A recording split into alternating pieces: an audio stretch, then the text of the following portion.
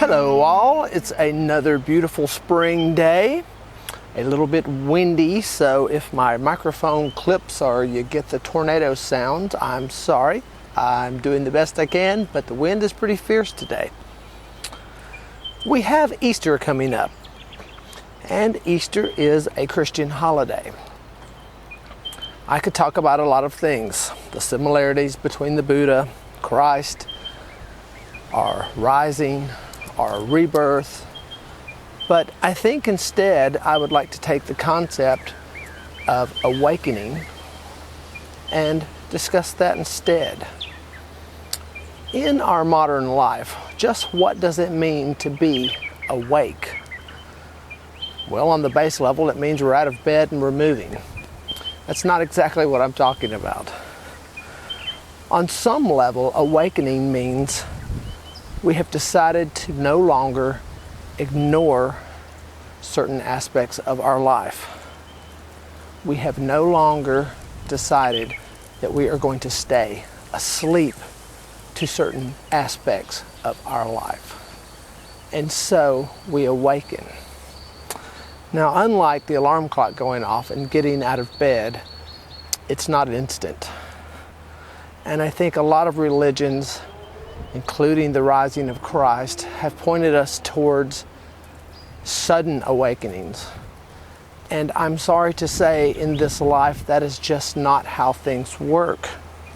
Our awakenings come more with time. They come more with perseverance. They come more with understanding. In fact, many things have to come together in one's life in order for one to awaken. So it's not quite as simple as setting the alarm clock, going to bed, and boom, we awaken. In the scope of life, it can seem that quick. Not in our scope, because we measure things in hours, minutes, and days. So it could seem to take forever. But in the scope of a life lived, if our awakening took 10 of our 70 years, that is still rather quick. That is the blink of an eye, so to speak. And so, when we consider awakening, just what are we trying to awaken to or awaken from? I think one of the many things we can start with is what we wish to awaken to.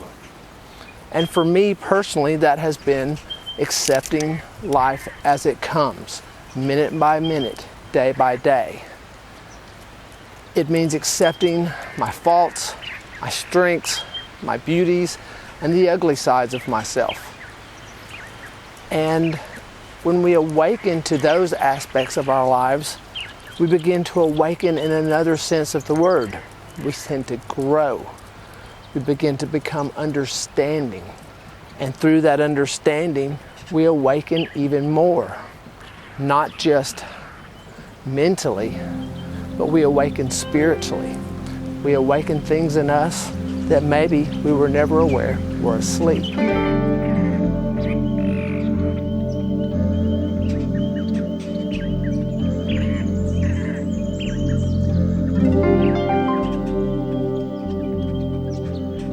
So when I talk about awakening, what am I speaking of awakening from? Well, there's a lot of things in this life, and you know, as a Buddhist, we have many trappings that we can awaken from. I like to think of these as slumber. We can awaken from the slumber of our desires. We can awaken from the slumber of our yearnings, the things we wish, the things we want.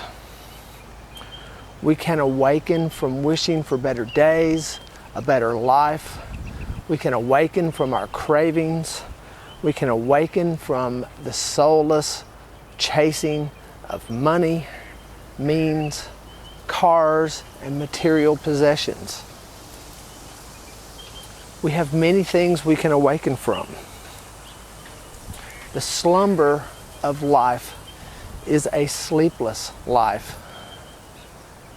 We can consider it like sleepwalking. We are asleep, We are unaware. We are not awake. And yet we move through life with a certainty of a sloth. We move through life on the promise of what will be instead of living for what is. And I think that is the most powerful aspect of awakening that I can speak of. We have to awaken from the many slumbers of this life. We have to embrace those things that put fear in us. We have to awaken to the things that drive us forward, that inspire us to do more, to leave our comfort zones, and to grow mentally and physically and spiritually. For these are true forms of awakening. Everything else, our desires, our wishes, and our whims, can be considered a type of slumber. Sure, I want to be a better Buddhist, and that is a desire. And if I let that desire go unchecked, it's a type of slumber. So remember that I always say the words we use are the best we have for describing things that are often indescribable. And many a Buddhist monk has said, I cannot teach you that which I cannot describe. And so I like to think that awakening is kind of the same way. We understand its meaning, we understand its concept, but until we employ things in our lives that allow us to awaken and then look back, we can never fully appreciate what awaken really means. So may we awaken today.